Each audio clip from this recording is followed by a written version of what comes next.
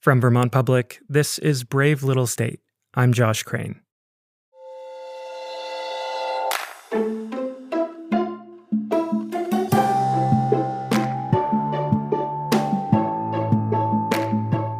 Here on the show, we answer questions about Vermont that have been asked and voted on by you, our audience. Today, we're doing things a little differently. Instead of taking on one of your questions about Vermont, we're taking on 3 questions in a kind of local history lightning round. We've got a question about those crooked windows you see on Vermont farmhouses, a question about Vermont's defunct gold mines, and one about the history of Burlington's Church Street. My colleague Angela Evansy put this episode together back in the summer of 2017, and she'll be your guide through today's episode.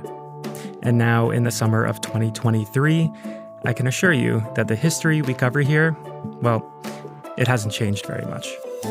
Brave Little State is a proud member of the NPR network. Welcome. Thanks for listening to Brave Little State, where we have support from the National Bank of Middlebury, a locally owned bank with a focus on serving families, supporting communities, and helping businesses grow and succeed, serving their hometown of Middlebury and West Central Vermont since 1831. Learn more at nbmvt.com. And Horsford Gardens and Nursery, Charlotte, local growers cultivating native trees, eclectic perennials, and fruiting shrubs for plantings through the fall season, helping visitors find inspiration with botanical display gardens. Delivery available. Complete plant catalog at horsfordnursery.com. Let's just get right to it with our first question. Hi, Brave Little State. My name's Aaron Troncoso from Burlington, and my question is, what's the history of Vermont's witch windows, and why do they only exist in Vermont? My colleague Amy Noyes has this answer to Aaron's question. You might have seen this architectural oddity on an old Vermont farmhouse, even if you didn't know what to call it. It's one of those upstairs windows that's set on a diagonal. It's the crooked window tucked up under the eaves in the gable end, so the triangular part of the roof, and it's just tucked in there at a crazy angle. This is Devin Coleman. He's the state architectural historian at Vermont's Division for Historic Preservation, and he says there's superstitious lore behind the name Witch Window. The story is that a witch on a broomstick can't fly through a crooked window opening, which I guess, physically is true, but it's the only crooked window in the whole house, and if I were a witch, I would just use one of the other vertical windows. Then there's another theory that doesn't quite add up. You'll also hear them referred to as coffin windows. The idea being that it's difficult to maneuver a coffin with a body from the second floor down to the first floor on these narrow staircases, so slide it out through the window and down the roof, which does not seem any easier. And if you think about it, you wouldn't carry a coffin upstairs to put a body in it. You would bring the body downstairs and put it in the coffin on the first floor. So I don't think that holds a lot of truth there. I'm not totally convinced that that was the actual origin of the window. Maybe another convenient use of the window once it was developed. Britta Ton is an architectural historian in the Burlington area. And indeed, Devin Coleman says the real origin of the witch window is probably much less interesting. My interpretation as an architectural historian is that it's simply a really practical New England response to the need to get daylight and fresh air into a second-story room. I think they're just a really great piece of vernacular Vermont architecture that really kind of points to how unique Vermont is and how resourceful farmers were. You'll often see a witch window above a one-story addition to an old farmhouse. And typically, if you're adding on a wing to a house, you're covering up windows. So you'll have an extra window sitting around, and why not just angle it and tuck it in that little section of wall space, and you're done. In a word? Frugality. As to why the windows are only found in Vermont, well, they aren't. It's not specific to Vermont. I think it's more prevalent, but you do find them in rural areas in New Hampshire and Maine and other parts of New England. In other places, they're simply referred to as crooked or angled windows. That being said, both Devin Coleman and Britta Ton agree that the highest concentration of witch windows is in 19th century farmhouses in north central Vermont. And Coleman says we might be the only ones to call them witch windows and tell those stories associated with the name. It seems like the witch window in that explanation might be unique to Vermont, because none of my colleagues in other states had ever heard that and thought it was an interesting theory. Around here, they're also called Vermont windows and lazy windows. And of course, there's endless fun to be had with the question of which witch. Get ready for an architectural history joke. Someone, a tourist, will be driving by and ask a local, hey, why does that window look so funny in that house? And the local will say, which window? And the tourist says, okay, great, thanks. And they drive off. I hadn't heard that one. That answer was brought to you by Amy Noyes. Next up, question number 2, which came to us from Peter Brown in Vernon. Peter says he's heard that Vermont used to have 2 gold mines. And what he wanted to know was, is this true? And if so, where were the mines and when were they used? My colleague Kathleen Masterson did some digging, pun obviously intended, and here's what she found. Did Vermont have 2 gold mines? The short answer is yes. In fact, for a brief time, there were many more than 2 mines in Vermont. On this map, you see all these kind of gold, thick lines. And those are all the streams where they found gold. This is Marjorie Gale, Vermont state geologist. She's showing me a map from 1861. It's like a treasure hunter's dream. It marks out what seems like a river of gold following the spine of the Green Mountains, with a few areas of higher concentration in the Plymouth-Bridgewater area, east of Killington Mountain. And is this trustworthy? I mean, would there be false gold, or are all these? Do you think all these reports are accurate? I think they're probably all accurate. It hasn't been an economically or commercially viable operation, but certainly people go out and find flakes of gold. And those flakes of gold inspired a flurry of mining activity in Vermont back in the 1850s.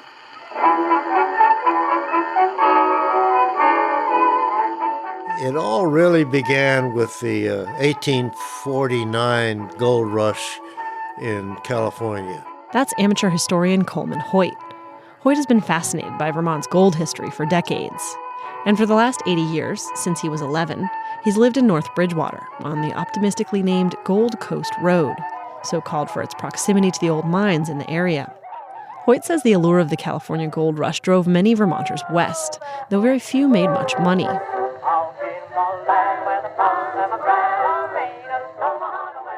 But he says the story goes that 2 of those men returned to Vermont and realized that the topography of our part of Vermont was quite similar to Sutter's Mills in California. Sutter's Mills was a hotspot for gold in the Sierra Nevada. And Hoyt says the men would go fishing near Killington. And by gosh, they found little sparkling nuggets in our brooks in Bridgewater and Plymouth.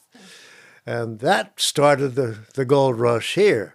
And to this day, you can still walk through the forest and poke around the remnants of the old mines.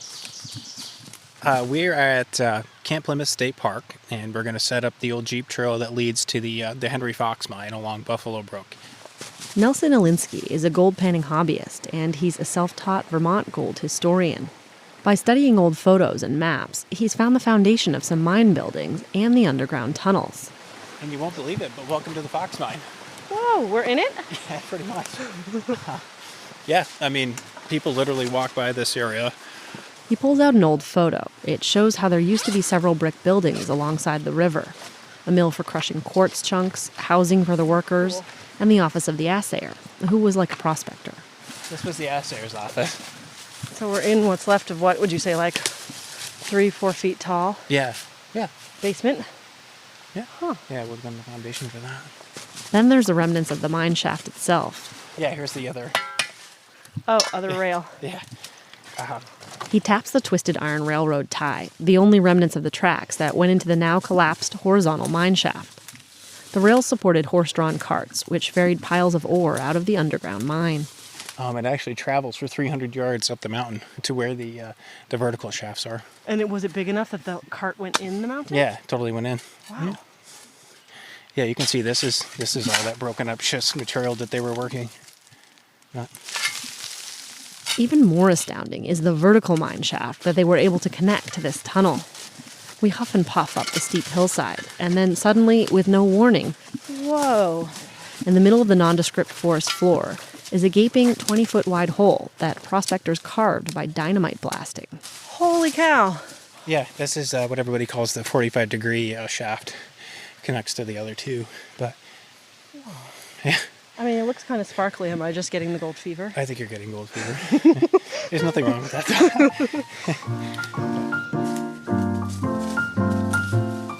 Yeah, this is a huge hole in the earth. Yeah, and again, so just dynamite and chisels? Yeah. Wow. Yeah. Because this one's at least 20 feet wide. Yeah. And then who knows how big the actual a lot of proportions sweat and a lot of backache. Alinsky is talking about all the manpower that went into building this mine. Because after some prospectors found gold flakes, there was a mini boom in gold mining activity in the Plymouth area, according to local historical societies. Coleman Hoyt says a small but vibrant community grew up around the men who came to work the gold mines. Called Plymouth Five Corners, the town had a hotel, a school, and a dance hall. Photos from the Plymouth Historical Society show women in floor-length dresses and hats, sitting in the shade while watching men digging in the riverbank, scooping silt and gravel into a sluice to wash and separate, looking for gold. Oh, in Bridgewater, there were over 100 people working in gold mines. That's more people than worked on farms. It was the major occupation in Bridgewater and in Plymouth. Locals say that today, Plymouth Five Corners is a virtual ghost town. The only remnants are the numerous cellar holes where homes used to stand. By some accounts, Vermont had 40 to 50 mines in its heyday. But to be clear, a mine could refer to anything from dynamite-blasted piles of quartz to an actual mine shaft dug into the earth. And no matter how you count the number of mines, the question of whether prospectors made any money from Vermont gold is not under debate. State geologist Marjorie Gale says all her predecessors have been skeptical of the practice. She quotes one of them from 1930. Again, let me say that in my opinion, it is entirely useless to throw away money, time, and labor seeking gold in Vermont. And that's 1930. That's also in 1928 and 1929. Over and over, they just say, stop. You shouldn't be investing in it. You might find some, but you're never going to get rich. Basically, both geologists and eventually prospectors determined that while there is gold in Vermont, there aren't deposits large enough to make enough money to pay for all the digging and crushing and sluicing. Still, Coleman Hoyt points out that a few people did make money off Vermont gold. There are two ways you can make money out of gold mining in Vermont. The first, he says, is to do what he did for a hobby, to give tours of old gold mines. And the other way, of course, is to sell stock in a gold mine. And this happened in the 1880s. There still exists a 46-page typed stock prospectus selling shares in the Rooks Mining Company, though later state reports suggest it was nothing more than a get-rich scheme. Still, while the industry may have been but a flash in the pan, so to speak, the legacy of Vermont's gold mining continues to this day with skilled hobbyists like Nelson Alinsky, still working the rivers and teaching others how to pan for gold. Back in Plymouth State Park, about a mile downstream from the old Rooks mine, Alinsky breaks out his shovel and gold pan. He picks a river bend where the water would have likely deposited some of the heavy metal and starts digging.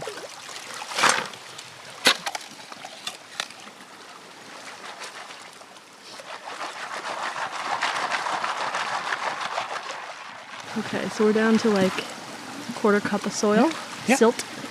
Yeah, and that's actually a piece of a garnet right there. Oh, cool. Yeah. And then, without any fanfare, he struck gold. You can barely see him. Just one tiny little... You'd think he'd be hooping and hollering, but he was calm. I was pretty excited, but tried to keep my cool. Oh, man. And we'll see if we can get it down It's a like little a bit. pencil point of gold. Yeah, I like little pieces like that. Because it means it's not far from the source. You see how it sticks to the bottom of the pan? Yeah. It's right there. Wow. Should know. Okay. There's a couple. Yeah.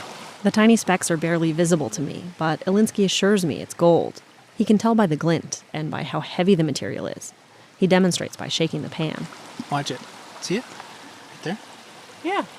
No, watch everything else around it. So it moves, And the gold and the stays put. gold glues itself to the bottom of the pan. That's how you know it's gold. Wow. And believe it or not, 10 of those make $1. Whoa. So It takes a lot of gold. Still, Alinsky and his wife spend many summer weekends panning for gold, and he teaches a gold panning class for any would-be enthusiasts. He's mastered the art of reading a river and finding those milky quartz veins that may contain gold. Alinsky says Yankees are tight-lipped about how much gold they've collected, but he gathers about an ounce a year, and it's as close to pure as you'll find, 23.5 carats. But Alinsky says he wouldn't sell it.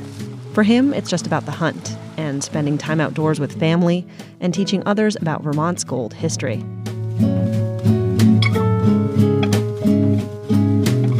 Kathleen Masterson.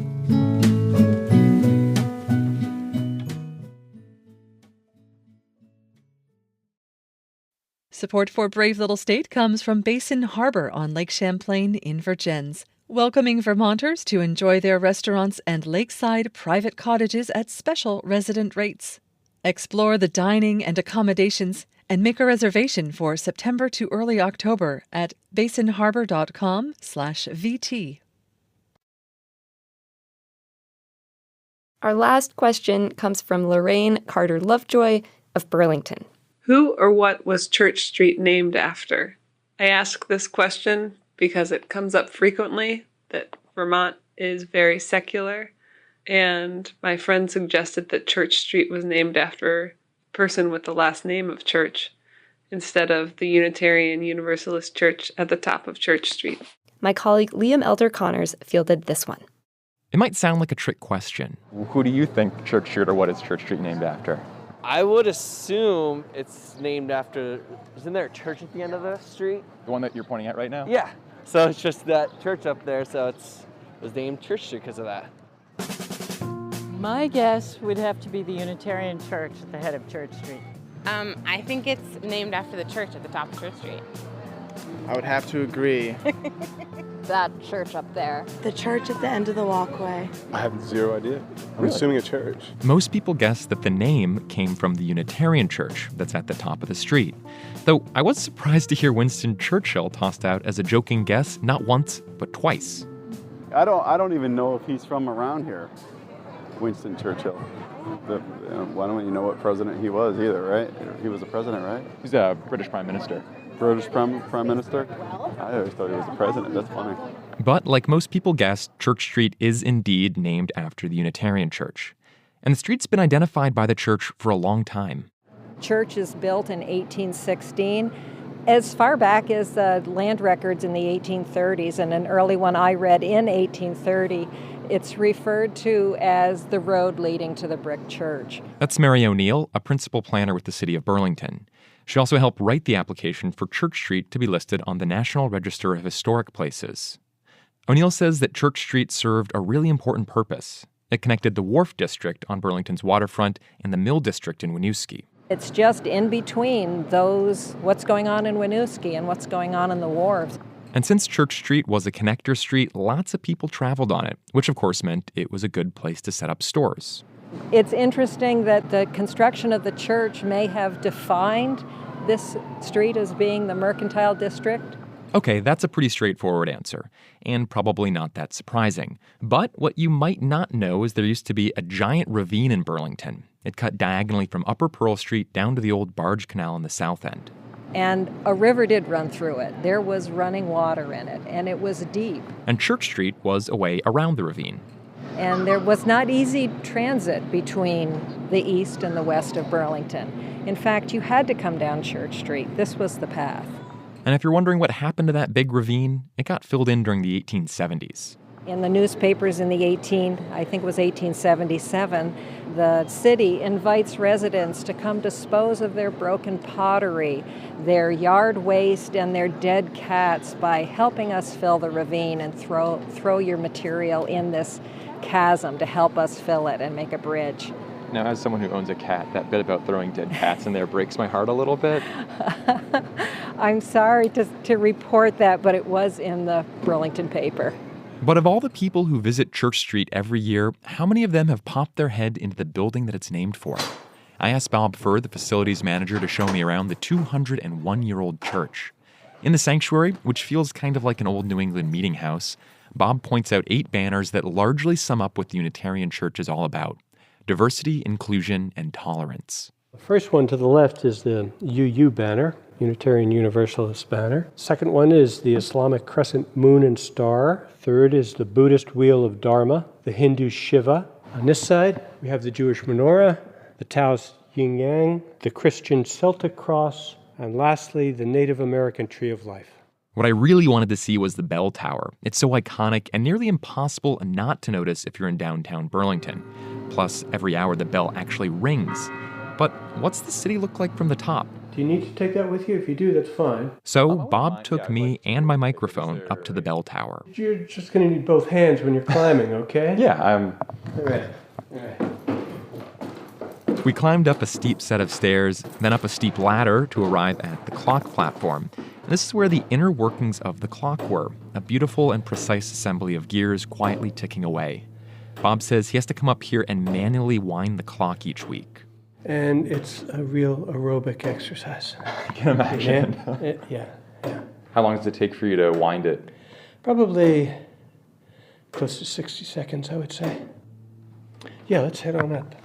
When you get up where I am, on your left, you'll see a black steel bar.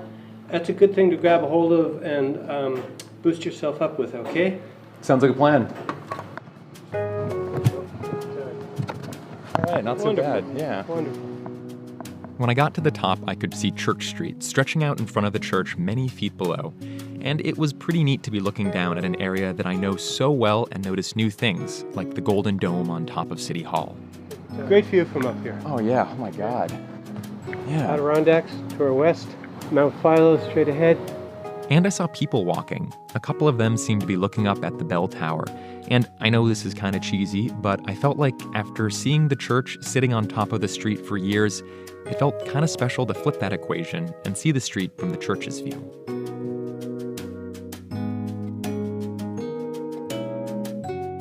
Liam Elder Connors.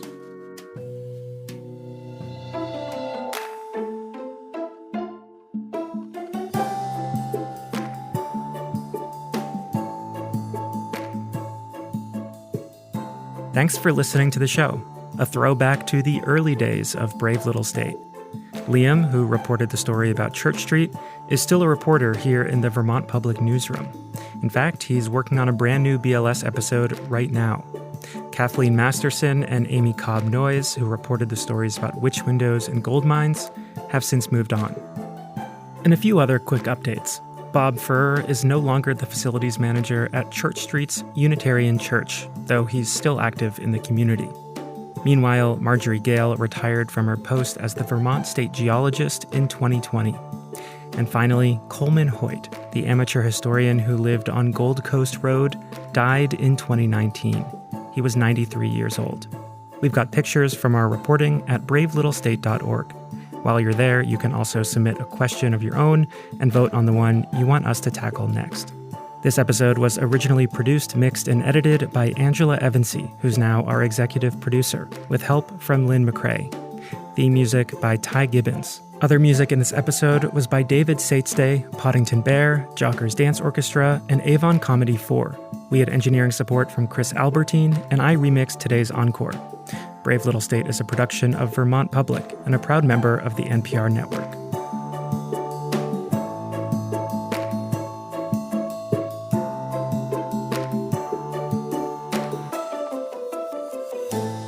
I'm Josh Crane. We'll be back in a few weeks.